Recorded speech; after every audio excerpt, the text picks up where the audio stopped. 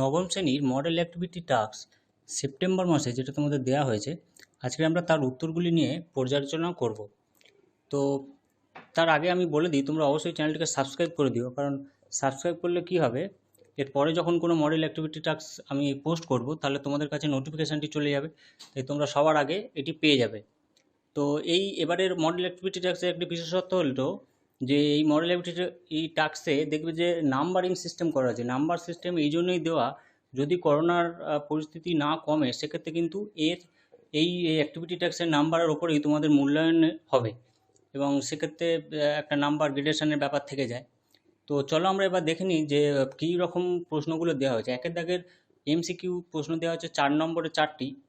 আমি সলভগুলো সমস্ত কিছু করেছি, তোমরা পেয়ে যাবে, পুরো ভিডিওটি দেখবে। এরপরে 2 দাগের বলছে সত্য মিথ্যা নিরূপণ করো। এরপরে 3 দাগের 3টি প্রশ্ন দেওয়া হয়েছে। হ্যাঁ, 3 দাগের 3টি এবং 4 দাগের একটি সমদ্বিবাহু ত্রিভুজ বলেছে, এবং তার সাথে পরিসংখ্যা বিভাজনের একটা ছক দিয়ে করেছে, যে কোনো একটা করতে হবে।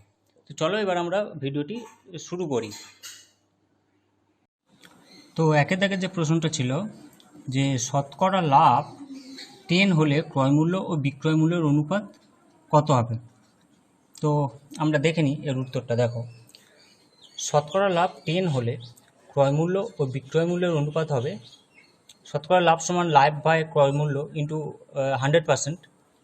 লাভ বাই ক্রয়মূল্য ইজুকাল টু 10/100, যেহেতু এখানে লাভ 10 হলে বলেছে, তাহলে 0 0 কেটে গেলে 1 এর 10 সমান x ধরলাম। এবারে লাভ সমান x এবং ক্রয়মূল্য সমান 10x, আর বিক্রয় মূল্য সমান কি, যে জিনিস বিক্রয় করা হয় সেটা কি হয়, ক্রয়মূল্য প্লাস লাভ।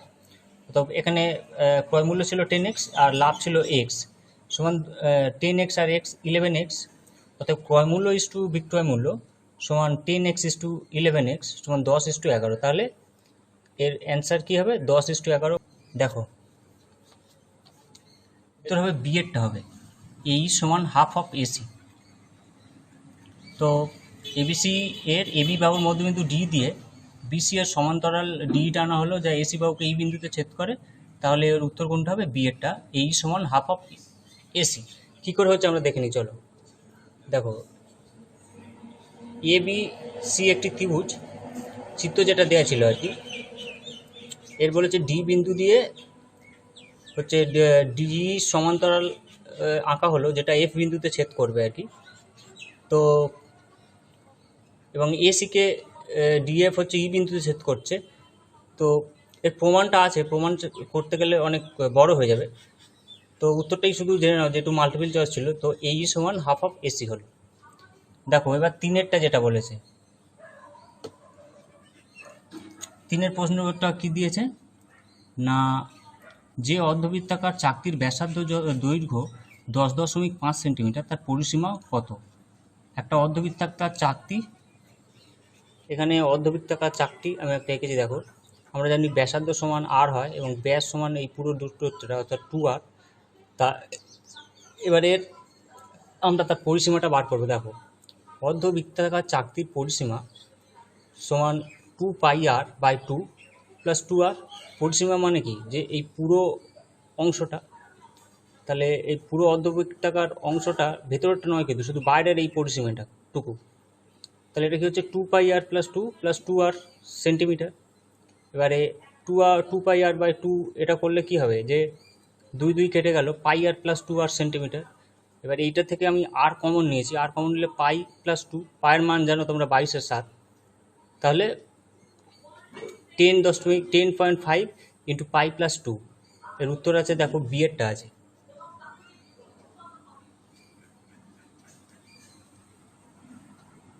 এই যে,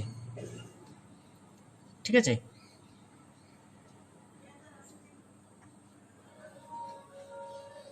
তাহলে এর উত্তর হবে কোনটা, বি এরটা। তাহলে বি এরটা পেয়ে গেলাম, π+2 আর ইন্টু 10.5 সেন্টিমিটার। এবার 4-এরটা বলেছে, দেখো, যে বর্গাকার চিত্রে কর্ণের দৈর্ঘ্য 13√2 সেন্টিমিটার, তার একটি বাহুর দৈর্ঘ্য কত হবে। দেখো, 4-এর দাগের যে অ্যান্সারটা আমি করেছি, যে বর্গাকার চিত্রের কর্ণের দৈর্ঘ্য 13√2 সেমি, তার একটি বাহুর দৈর্ঘ্য হবে সমান বর্গাকার চিত্রের কর্ণের দৈর্ঘ্য √2 ইন্টু বাহু, যে সূত্রটা আর কি, বর্গাকার কোনো বর্গাকার ক্ষেত্রের কর্ণের দৈর্ঘ্যের যে সূত্র হয়ে গেলো। এবার √2 ইন্টু বাহু সমান 13√2, কারণ এর কর্ণের যে দৈর্ঘ্যটা দিয়েছে 13√2, কর্ণের দৈর্ঘ্য এখানে 13√2 দেওয়া আছে কর্ণের দৈর্ঘ্য, তাহলে কর্ণের দৈর্ঘ্য সূত্রটা আমি ফেলে দিলাম √2 ইন্টু বাহু, আর তাহলে √2 ইন্টু বাহু সমান 13√2, আর তাহলে বাহু হলে কী হবে 13√2 বাই হচ্ছে √2 হবে, √2 কেটে গেলে 13 অ্যান্সার। ঠিক আছে, তো 13 অ্যান্সার হবে। দেখো ডি এরটা আছে, এই যে 13 অ্যান্সার হয়ে গেল। এরপরের প্রশ্নটা দিয়েছে এবার সত্য মিথ্যে নির্ণয় করতে বলেছে, যে ধার্য মূল্যের ওপর ছাড় নির্ভর করে। এটা সত্য, এই যে এখানে করা আছে, এটা সত্য হবে, ধার্য মূল্যের ওপরেই কিন্তু ছাড় নির্ভর করে। আচ্ছা, এই দুয়েরটা বলেছে পরিসংখ্যা বহুভুজ অঙ্কনের জন্য প্রথম শ্রেণীর ঠিক আগের একটি শ্রেণীর পরিসংখ্যা হবে 0। তাহলে এটা একদম সত্য। দেখো, পরিসংখ্যা বহুভুজ অঙ্কনের জন্য প্রথম শ্রেণীর ঠিক আগের একটি পরিসংখ্যা 0, এটা কিন্তু সত্য হয়ে যাবে। ঠিক আছে, এরপরটা দেখো, একটা চিত্র দেওয়া আছে যে এই যে ABEF এবং ABCD বর্গক্ষেত্রের ক্ষেত্রফল, অর্থাৎ ABCD যে বর্গক্ষেত্রটা বলছে যে ABEF রম্বস আকার ক্ষেত্রফলের সমান। এটা সত্যি কি মিথ্যে? না, এটা হবে মিথ্যা। কেন হবে আমি বলে দিচ্ছি। দেখো, ABCD সবসময় কী হয়, যে ABCD ক্ষেত্রফল রম্বসের ক্ষেত্রফল হচ্ছে বড় হয়, অর্থাৎ গ্রেটার দ্যান হয়, সুতরাং এর উত্তরটা হবে মিথ্যা। তোমরা অঙ্ক বইয়ের পেজে দেখবে 180 নম্বর পেজ, প্রয়োগ 3 নম্বর যেটা আছে সেখানে এটা পাওয়া যাবে আর কি। আচ্ছা, 4এরটা দেখা না, প্রতিটি বৃত্তের পরিধি ও ব্যাসের দৈর্ঘ্যের অনুপাত একটি নির্দিষ্ট সংখ্যা। প্রশ্নটা যেটা বলেছে প্রতিটি বৃত্তের পরিধি ও ব্যাসের দৈর্ঘ্যের অনুপাত একটি নির্দিষ্ট সংখ্যা। তো আমরা দেখে নিই। দেখো, প্রতিটি বৃত্তের পরিধি ও ব্যাসের অনুপাত একটি নির্দিষ্ট সংখ্যা, এটা সত্য। কারণটা বলে দিচ্ছি, পরিধি সমান কি 2πr, আর ব্যাস হচ্ছে 2r। তো এখানে যদি আমি মানে করি, অনুপাত করি, আর কেটে গেল, 2 কেটে গেল, পাই একটি নির্দিষ্ট সংখ্যা যার মান আছে জানো 22-7, তাহলে এটি হয়ে গেল সত্য। 2 দাগেরটা হয়ে গেল সত্য। ঠিক আছে, এবার আমরা 3 দাগের প্রশ্ন উত্তরটা দেখব। দেখো, 3 দাগে যেটা বলেছে যে 10টি পেনের ক্রয় মূল্য একেরটা, 3 দাগের একেরটা 4টি পেনের বিক্রয় মূল্য সমান হলে শতকরা লাভ নির্ণয় করো। বেশ, তো আমরা এটা করে নেব। 10টি পেনের ক্রয় মূল্য ও 8টি পেনের বিক্রয় মূল্যের সমান হলে শতকরা লাভ নির্ণয় করতে বলেছি। দেখো, অঙ্কটা করেছি। দেখো, মনে করি প্রতিটি পেনের ক্রয় মূল্য সমান x টাকা, অর্থাৎ 10টি পেনের ক্রয় মূল্য সমান 10x টাকা। 8টি পেনের বিক্রয় মূল্য সমান, 10টি পেনের ক্রয় মূল্য বলেছে, তাহলে 8টি পেনের বিক্রয় মূল্য সমান 10x। আর একটা পেনের আমি বিক্রয় মূল্য যদি বার করতে চাই, কী হবে 10x/8। এবার কাটাকুটি করলে 2 দিয়ে 5 দুগুণে 10, 4 দুগুণে 8, 5x/4। আচ্ছা, এবার x টাকায় লাভ হবে, মানে এই যে x টাকা আমরা প্রতিটি পেনের ক্রয় মূল্য আর কি আমি তো ধরেছি, ক্রয় মূল্য সমান কি বিক্রয় মূল্য থেকে x টাকা, লাভটা কী হবে যে বিক্রয় মূল্য থেকে ক্রয় মূল্য বিয়োগ করলে লাভ বেরোয়, তাহলে এটা আমার হয়েছে বিক্রয় মূল্য, এটা ক্রয় মূল্য। তাহলে লাভটা বের করতে গেলে 5x/4 - x টাকা, 4 লসাগু হয়ে গেল, 5x - 4x/4 সমান x/4 টাকা হচ্ছে লাভ। এবার শতকরা লাভ আমরা বার করতে গেলে সূত্র কী আছে, লাভ বাই ক্রয় মূল্য ইন্টু x% সমান x/4/x ইন্টু x%। এবার কাটাকুটি করলে x কেটে গেল, 1/4 ইন্টু 100 সমান 25%। তাহলে এর উত্তর হবে কি 25%। 3 থেকে 2-এরটা দেখি চলো। 3 থেকে 2-এরটা বলেছে শ্রেণীর সীমা দিয়েছে 70, 74, 75 থেকে 80, 80 থেকে 84, তো 85 থেকে 89, পরিসংখ্যা 3, 4, 5, 8 বলেছে। উপরের পরিসংখ্যা বিভাজন তালিকায় প্রথম শ্রেণীর পরিসংখ্যা ঘনত্ব নির্ণয় করতে বলেছে। তো পরিসংখ্যা ঘনত্ব নির্ণয় করতে বলেছে, আমরা এর শ্রেণী দৈর্ঘ্যটা বার করে নেব এবং শ্রেণীর সীমানা বার করতে হবে। পরিসংখ্যা ঘনত্ব বার করতে গেলেই শ্রেণীর সীমানা, শ্রেণী দৈর্ঘ্যটা লাগবে। তো চলো আমরা উত্তরটা দেখে নিই। দেখো, এখানে শ্রেণী সীমানা একটা যে ছকটা, আমি ছকটা এখানে করে দেওয়া আছে আর কি, আমি করেছি। এবার পরিসংখ্যক ঘনত্ব নির্ণয় করতে বলেছে, তোমরা এরকমই লিখবে, প্রথম শ্রেণী সীমানা 70 থেকে 74, এই যে শ্রেণী সীমানা 70 থেকে 74 দেওয়া আছে। আচ্ছা, এর হচ্ছে শ্রেণীর সীমানাটা কত হবে, যে সাধারণত কী হয়, শ্রেণী সীমানা বার করতে গেলে 0.5-এর কম এবং 0.5-এর বেশি করে নিতে হয়। তাহলে 70-এর 0.5 কম মানে 69.5, এবং 74 দেওয়া আছে 74.5 নিলাম। এবারে শ্রেণী দৈর্ঘ্যটা কত হবে, 74.5 থেকে এই যে এইটা 69.5টা বিয়োগ করলাম সমান 5, তাহলে শ্রেণী দৈর্ঘ্য হয়ে গেল 5। আচ্ছা, এবার প্রথম শ্রেণীর পরিসংখ্যা বলেছে 3, দেখো এই প্রথম শ্রেণীর পরিসংখ্যাটা 3 আছে। তো প্রথম শ্রেণীর পরিসংখ্যা ঘনত্ব নির্ণয় করতে হলে কী হয়, পরিসংখ্যা বা শ্রেণী দৈর্ঘ্য বার করতে হয়। তাহলে আমাদের শ্রেণী দৈর্ঘ্য বেরিয়েছে 5, আর তার শ্রেণী দৈর্ঘ্য 5 বেরিয়েছে, এবং পরিসংখ্যা বেরিয়েছে এখানটায় 3 আছে। তাহলে 3-এর 5কে দশমিকে প্রকাশ করলে 6, তাহলে এর উত্তর হবে 6। তাহলে 3-এর দাগের হয়ে গেল এই ছকটা। এবার আমরা এর পরেরটা দেখব, ঠিক আছে। এটা যে এবিসি ত্রিভুজের ক্ষেত্রফল হচ্ছে 96 বর্গমিটার, এই পুরো ত্রিভুজটার ক্ষেত্রফল 96 বর্গমিটার, ভূমি বিসি সমান 20 মিটার, এই বিসির দূরত্বটা হচ্ছে 20 মিটার। তাহলে ত্রিভুজের উচ্চতা নির্ণয় করতে বলেছে। তাহলে চলো আমরা উত্তরটা দেখে নিই। দেখো, এবিসি ত্রিভুজ, যার ভূমি আমার 20 বলে দিয়েছে, তাহলে ত্রিভুজের ক্ষেত্রফল হচ্ছে কি হাফ ভূমি ইন্টু উচ্চতা, এটা সূত্র, ত্রিভুজের ক্ষেত্রফল নির্ণয়ের সূত্র। তাহলে ত্রিভুজ এবিসি সমান হাফ ইন্টু এই বিসি ভূমি, বিসি ইন্টু এডি উচ্চতা। এবার এর ক্ষেত্রফলটা বলেছে 96 বসিয়ে দিলাম, হাফের জায়গায় হাফ, বিসির দৈর্ঘ্য বলেছে 20, এই 20 এখানে বসিয়ে দিলাম ইন্টু উচ্চতা। এবারে এই এইচটা যদি বার করতে হয়, এই দুটো যদি ওদিকে ঠেলে দিই, তাহলে কী হবে, এইচ সমান 96 গুণিতক নিচে 2 ছিল 2, আর এই 20 দিয়ে ভাগ, তাহলে 2 2 কেটে গেল নিচে, আচ্ছা 10, 2কে 20 দিয়ে ভাগ করলে 10 হয়, তাহলে 9.6 মিটার। তাহলে ত্রিভুজটির উচ্চতা হবে 9.6 মিটার। ঠিক আছে। দেখো, যে সম্পাদ্যটা দেওয়া হয়েছে, যে বলেছে সমদ্বিবাহু ত্রিভুজ অঙ্কন করো, যার সমান বাহু দুটির প্রত্যেকটি দৈর্ঘ্য 8 সেমি এবং সমান বাহু দুটির অন্তর্ভুক্ত কোণ 30 ডিগ্রি। এই ত্রিভুজটির সমান ক্ষেত্রফল বিশিষ্ট একটি আয়তক্ষেত্র অঙ্কন করব। তো চলো আমরা এবার দেখে নিই কীভাবে এটাই আঁকবো। তো আমি এখানে এখান থেকে 8 সেমি একটা দৈর্ঘ্য বাহু মাপ নিয়ে নিলাম, ঠিক আছে। এবারে একটা ত্রিভুজ আঁকতে বলেছে, যার এই নিচে যে আমি বেটা করব সেটা একটা 8 সেমির বেশি একটা বাহু নিলাম, নিয়ে এটা যেহেতু 8 সেমি ছিল, তো এখান থেকে কম্পাস দিয়ে এই দূরত্বটা মেপে নিলাম, এটা 8 সেমি। এবার কি করেছে, যে এই নিচে একটা বিন্দু থেকে, এই বিন্দু থেকে 8 সেমি দৈর্ঘ্য আমি কেটে নিলাম, ঠিক আছে। এবার কী হবে, একটা কোণ আঁকতে হবে।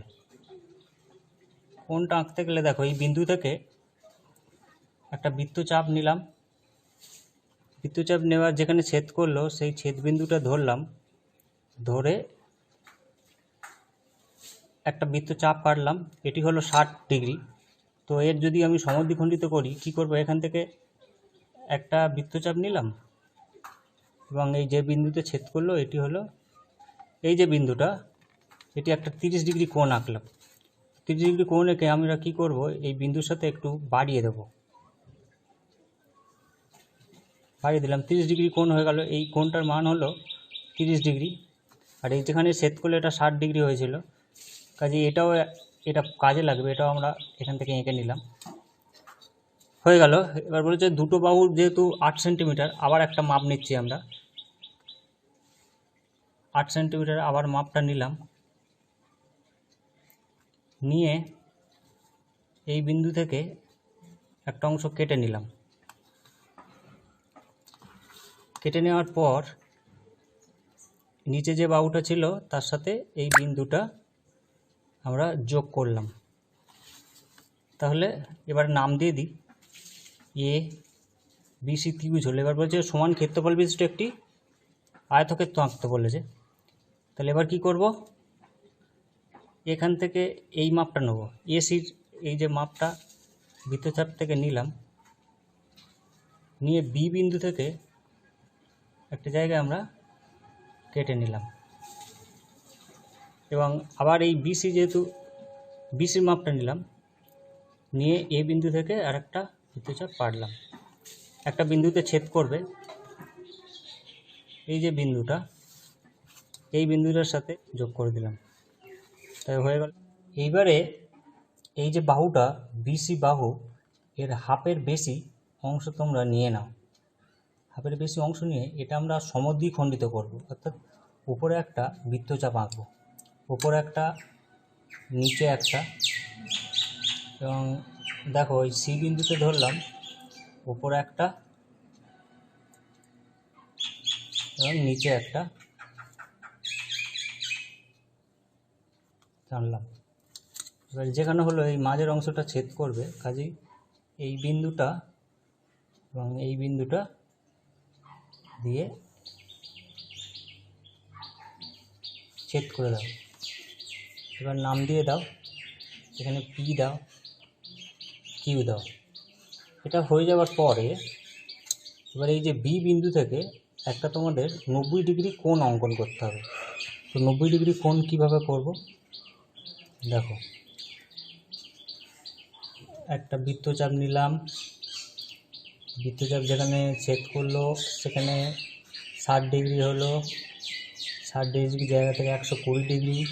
এবারে এই 60 ডিগ্রি জায়গা থেকে ওপরে একটা বৃত্তচাপ যেখানে ছেদ করলো সেখান থেকে একটা বৃত্তচাপ নিলাম, নেওয়ার পরে বি বিন্দু থেকে সোজা এই ছেদ বিন্দুটা যোগ করে তুলে দাও, 90 ডিগ্রি কোণ হয়ে গেল।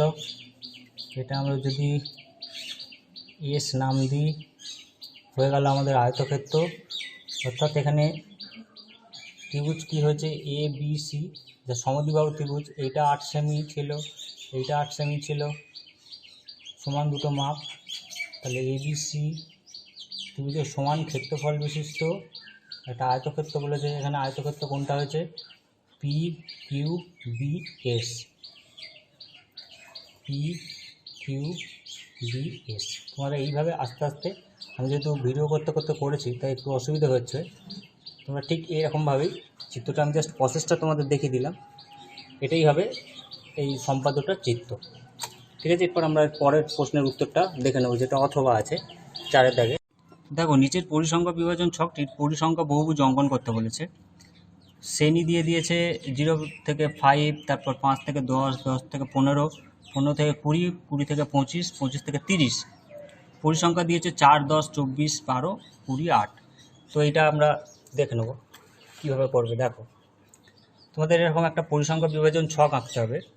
এখানে লিখবে শ্রেণীর মধ্যমান পরিসংখ্যা 0 থেকে 5, 2.5 শ্রেণী মধ্যমান যেটা, পরিসংখ্যা 4, এরপর 5 থেকে 10, 7.5, 10, 10 থেকে 15, 12.5, 24 শ্রেণীর মধ্যমান যেটা হবে এটা, 15 থেকে 20, 17.5, 12, 20 থেকে 25, 22.5, 20, 25 থেকে 30, 27.5, 8। তাহলে মোট হচ্ছে এ কটা যোগফল করলে 78। এবারে কি লিখবে দেখো, গ্রাফ কাগজে এক্স ও এক ড্যাশ ও ওয়াই ড্যাশ দুটি অক্ষ লম্বভাবে অঙ্কন করলাম। ধরি এক্স অক্ষ বরাবর ছক কাগজে ক্ষুদ্রতম বর্গক্ষেত্রের দুটি বাহুর দৈর্ঘ্য সমান 1 একক। ঠিক যেভাবে লিখেছে এইভাবেই তোমরা লিখবে। এবং ওয়াই অক্ষ বরাবর ছক কাগজের ক্ষুদ্রতম বর্গক্ষেত্রের দুটি বাহুর দৈর্ঘ্য 1 একক।